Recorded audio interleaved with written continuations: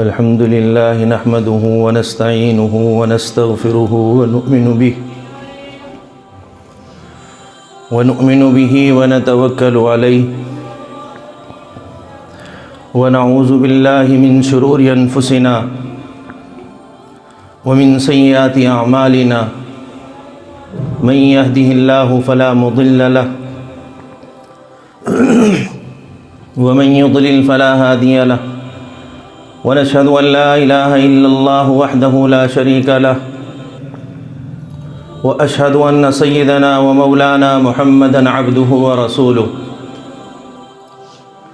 وصلى الله على النبي الكريم وعلى آله وأصحابه أجمعين. بارك الله لنا ولكم في القرآن العظيم ونفعنا وإياكم بالآيات والذكر الحكيم. أما بعد فأعوذ بالله من الشيطان الرجيم. بسم الله الرحمن الرحيم. ولا تقربوا مال اليتيم إلا بالتي هي أحسن. صدق الله العلي العظيم. ایک مرتبہ درود شریف پڑھ لیجئے. اللهم صل على محمد وعلى آل محمد كما صليت على إبراهيم وعلى آل إبراهيم إنك حميد مجيد. اللهم بارك على محمد وعلى آل محمد كما باركت على إبراهيم وعلى آل إبراهيم إنك حميد مجيد. محترم بزرگوں اور دوستوں اور ساتھیوں، قرآن کریم کی سورہ نساء کی جو آیت کا کچھ حصہ تلاوت کیا ہے، اس کا مفہوم آج معاشرے میں جو دیکھنے کو مل رہا ہے، کلمہ پڑھنے والوں کے لیے اور پوری امت کے لیے، پوری انسانیت کے لیے اللہ نے جو احکامات، جو تقاضے قرآن کریم میں ہماری فلاح اور بہبود کے لیے ذکر کیے ہیں، جب سے ہم نے قرآن کو چھوڑا، قرآن کے احکامات کو چھوڑا، پوری انسانیت در بدر بھٹکنے پر راضی ہو گئی ہے. ہر انسان، شہر کا رہنے والا ہو، گاؤں کا رہنے والا ہو، کم کمانے والا ہو، زیادہ کمانے والا ہو، ایک پریشانی میں مبتلا ہے کہ اس کا سکون ختم ہو گیا. دلی سکون اور اطمینان یہ ایک ایسی نعمت ہے کہ اگر انسان کے پاس ورثہ نہ ہو، پیسہ نہ ہو، مال دولت نہ ہو، لیکن دل کا سکون ہو، تو یہ اتنی بڑی نعمت ہے کہ بھوکے رہ کر بھی نیند آ جاتی ہے. لیکن جب دل کا سکون ختم ہو جاتا ہے، پھر دولت کے چاہے انبار ہی کیوں نہ ہو، تو راتوں کا سکون ختم، راتوں کی نیندیں ختم، دن کا آرام ختم. وہ اسی جستجو میں رہتا ہے کہ اس کو بڑھایا کیسے جائے. بڑھتا تو یہ اس لیے نہیں ہے کیونکہ اللہ نے وعدہ کر دیا ہے کہ جتنا تیری قسمت میں لکھا ہے ملے گا تو اتنا ہی. انسان کی اپنی فکر ہے کہ وہ کوشش کرتا ہے، لیکن اس کوشش کے ساتھ، اس مال کے ساتھ جس کو اللہ نے مال دیا ہے، اس میں اس کے ساتھ کسی اور کا حصہ بھی شامل فرمایا ہے کہ جب اللہ تمہیں مال اور دولت سے مالا مال کر دے تو تمہارے اوپر یہ لازم اور ضروری ہو جاتا ہے کہ تم اپنے پڑوس میں رہنے والے عزیز و اقارب کی طرف، رشتہ داروں کی طرف، اپنے بھائیوں کی طرف اور پوری انسانیت کی طرف توجہ رکھو کہ کوئی ایسا تو نہیں ہے کہ میرے پاس تو کھانے کو ہے، ہو سکتا ہے میرا کوئی بھائی ایسا تو نہیں کہ آج رات کو بھوکا سونے کا نمبر تو نہیں آ رہا، لیکن دورہ یہ ہے کہ ہم نے کسی کی مدد تو کیا کرنی ہے، بلکہ ہم نے تو نوالے چھیننے شروع کر دیے۔ ہم نے تو کسی کو کھاتے ہوئے بھانا ہی اب ہمارے دلوں کو نہیں بھاتا۔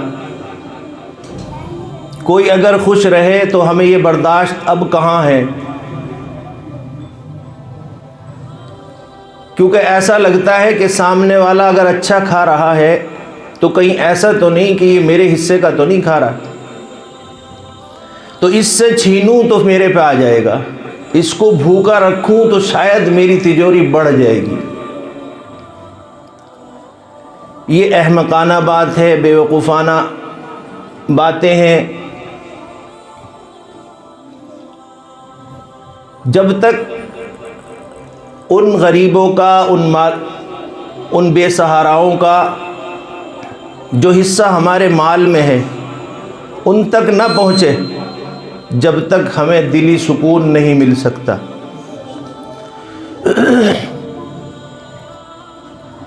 اس آیت میں اللہ یہی بتا رہے ہیں کہ دوسرے کے مال کو اپنے مالوں کے ساتھ ملا کر نہ کھایا کرو۔ اب دوسرے کا مال تو نہیں ہے، ہماری سمجھ میں تو یہ آتا ہے کہ ہم نے کمایا ہے تو مال ہمارا ہے، جو پیسہ ہم نے کمایا ہے وہ لگتا ہے کہ ہمارا ہے، لیکن وہ ہمارا اس لیے نہیں ہے کیونکہ اللہ نے اس میں غریبوں کا حق بھی رکھا ہے، امداد کے نام پر رکھا ہے، فطرے کے نام پر رکھا ہے، صدقے کے نام پر رکھا ہے، اور جو بہت زیادہ مالدار ہیں ان کے اوپر ایک ایکسٹرا فرض جو ہے وہ زکوٰۃ ہے۔ تو اگر انسان کے اوپر، کسی مسلمان کے اوپر، کلمہ پڑھنے والے کے اوپر زکوٰۃ فرض ہے اور وہ اس کو ادا نہیں کرتا، تو گویا وہ غریبوں کا مال اپنے مال میں ملا کر کھا رہا ہے۔ آج زکوٰۃ دینے کا جو دورہ ہے وہ اپنی مرضی سے زکوٰۃ دیتے ہیں لوگ، کسی نے 10 روپے دے دی، کسی نے 100 روپے دے دی، اور بس دل کو تسلی ہو گئی کہ زکوٰۃ دے رہے ہیں، زکوٰۃ دے دی ہے۔ اتنے سارے لوگ بیٹھے ہیں، لیکن شاید ہی کوئی ایسا اللہ کا بندہ ہوگا کہ جو پورا کا پورا حساب لگا کر زکوٰۃ دیتا ہوگا، جبکہ زکوٰۃ جیسے نماز فرض، روزہ فرض، اسی طریقے سے زکوٰۃ بھی فرض، اور زکوٰۃ دینے سے مال گھٹتا نہیں ہے بلکہ اللہ کی رحمت اور برکت ہونے کی وجہ سے بڑھتا ہے۔ مسیح الامت حضرت مولانا مسیح اللہ صاحب رحمت اللہ علیہ، ایسے نہ جانے کتنے لوگ ملیں گے کہ جنہوں نے اللہ کی راہ میں خرچ نہ کیا، لیکن اللہ نے انہیں در بدر کی ٹھوکریں کھانے پر مجبور کر دیا۔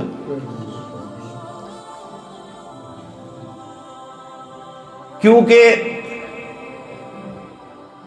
کسی غریب کی بد دعا، کسی رشتہ دار کی بد دعا، کسی بھوکے کی بد دعا، کسی مظلوم کی بد دعا، یہ بیچ میں آر نہیں ہوتی۔ ادھر یہ بد دعا کرتا ہے، ادھر یہ اپنے ہاتھ اٹھاتا ہے، ادھر عرش عظیم سے آواز آتی ہے کہ اے میرے بندے،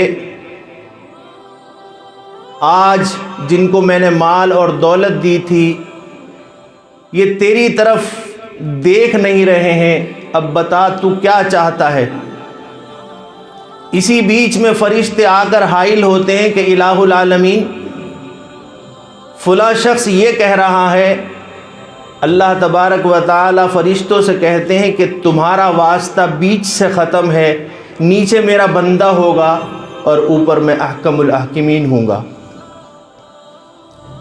نیچے جو میرا بندہ کہے گا میں اس کو خود سنوں گا، اور اس کی فریاد کو سننے کے بعد اللہ تبارک و تعالی عرش عظیم سے اس شخص کے لیے بربادی کے فیصلے لکھ دیتے ہیں، اور پھر وہ در بدر کی ٹھوکریں کھاتا رہتا ہے۔ آج ہمارے معاشرے میں یہ بہت زیادہ چلن چل رہا ہے کہ اگر کوئی پیسے والا ہے تو اس کو وہ لوگ ملتے ہیں دعوت کے لیے کہ جن کے پاس پیسہ ہوتا ہے۔ ہماری محفلوں میں غریبوں کو جگہ نہیں دی جاتی، یتیموں کو جگہ نہیں دی جاتی، مسکینوں کے سروں پر ہاتھ نہیں رکھا جاتا، بلکہ اگر میں لکھ پتی ہوں تو ظاہر سی بات ہے کہ میں کوشش کروں گا کہ کسی کروڑ پتی کی دعوت کروں۔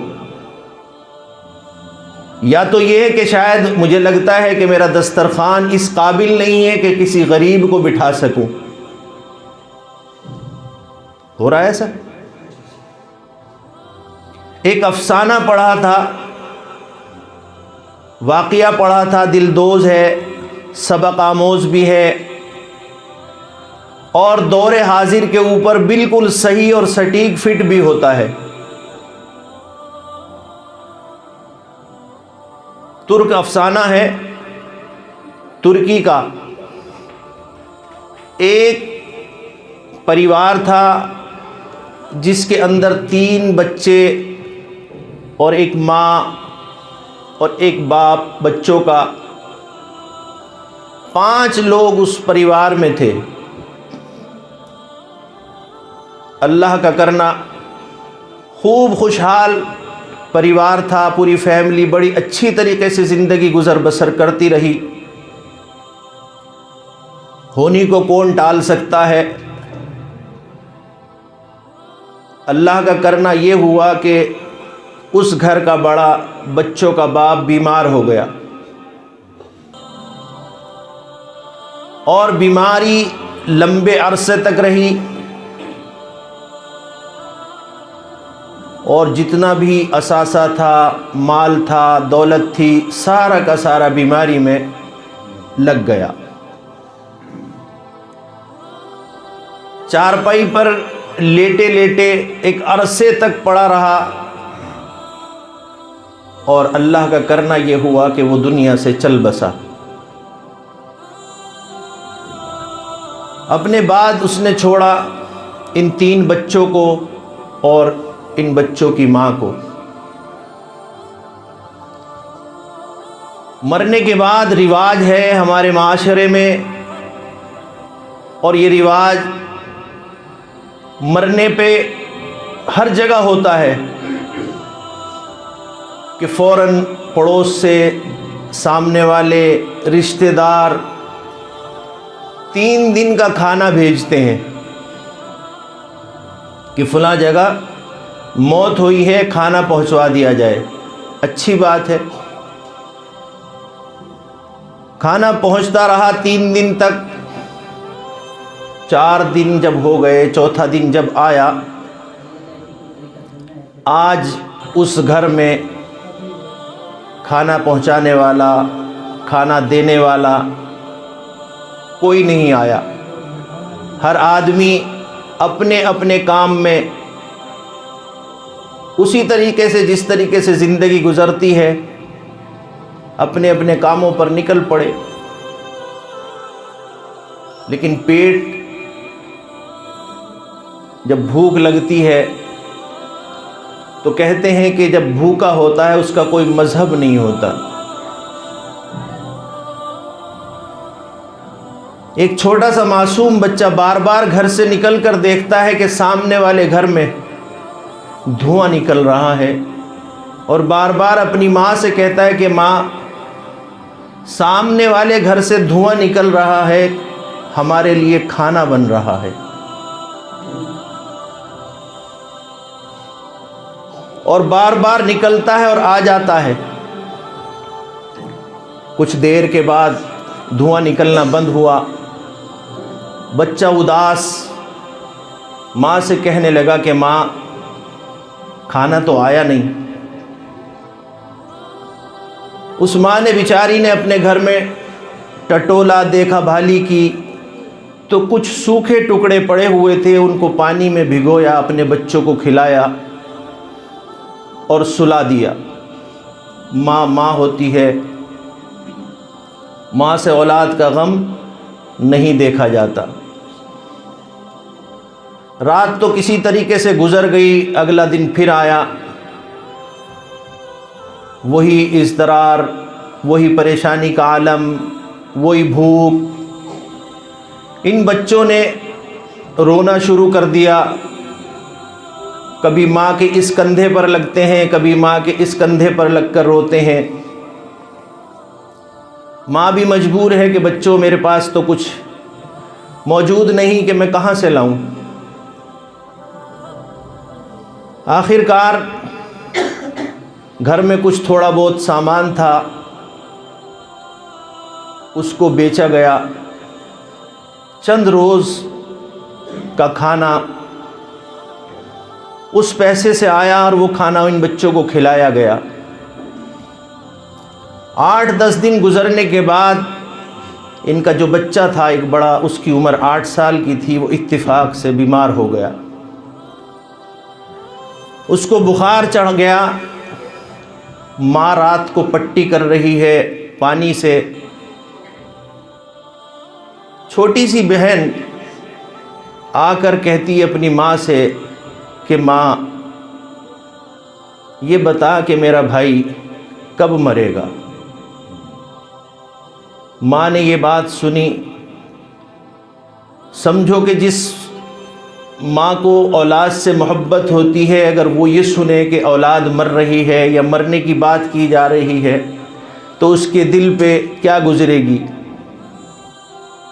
ماں نے کہا کہ بیٹی تو ایسا کیوں کہہ رہی ہے، کیا وجہ ہے؟ معصوم بچی کہتی ہے کہ اماں جب ابا مرے تھے تو 3 دن کھانا آیا تھا، یہ بھائی جب مرے گا تو پھر 3 دن کھانا آئے گا۔ اللہ اکبر! آج مرے ہوئے کے نام پر ہمارے ہاں دیگیں موجود ہوتی ہیں، لمبے چاول کھانے والے شوقین موجود ہو جاتے ہیں، بوٹیوں کی ڈھیر لگا لگا کر کھاتے ہیں ایصال ثواب کے نام پر، لیکن جیتے جی کسی کو ایک لقمہ دینے کو آج یہ انسان تیار نہیں ہے۔ جبکہ ہونا تو یہ چاہیے تھا کہ جیتے جی انسان کی حال پرسی کرتے، بھوکوں کو کھانا کھلایا جاتا۔ آج تو یہ حال ہو چکا ہے کہ اگر کسی کا انتقال ہو تو پتہ یہ چلتا ہے کہ صاحب دیسی گھی میں کھانا بنانا، جس سے کہ پڑوسی اور آنے والے سمجھیں کہ لگتا ہے ابا جان دیسی گھی کھایا کرتے تھے، لگتا ہے کہ پڑوسی دیسی گھی کھایا کرتا تھا، اس لیے اس کے نام پر دیسی گھی کی دیگیں اتاری جائیں۔ مرنے کے بعد آپ دیسی گھی کس کو کھلانا چاہتے ہیں؟ کون آپ کے دیسی گھی کو کھائے گا؟ مرتے ہوئے آدمی مر رہا ہو اور اس کے ہونٹوں پر دیسی گھی کا چھڑکاؤ کر دیا جائے تو کیا اس کے کسی کام آئے گا؟ ایک شخص کسی کے یہاں رات کو آیا اور آ کر کہنے لگا کہ میں بھوکا ہوں، کیا کھانا مل سکتا ہے؟ ہر آدمی اپنا گیٹ بند رکھتا ہے۔ صبح کو اطلاع ملی محلے والے کو کہ رات جو آدمی مانگنے آیا تھا وہ مر گیا۔ اب پورا محلہ ہوش میں آیا، اب صاحب چندہ ہو رہا ہے کہ 21 دیگیں بنیں گی، ایک مسافر ہمارے محلے میں آ کر مر گیا ہے۔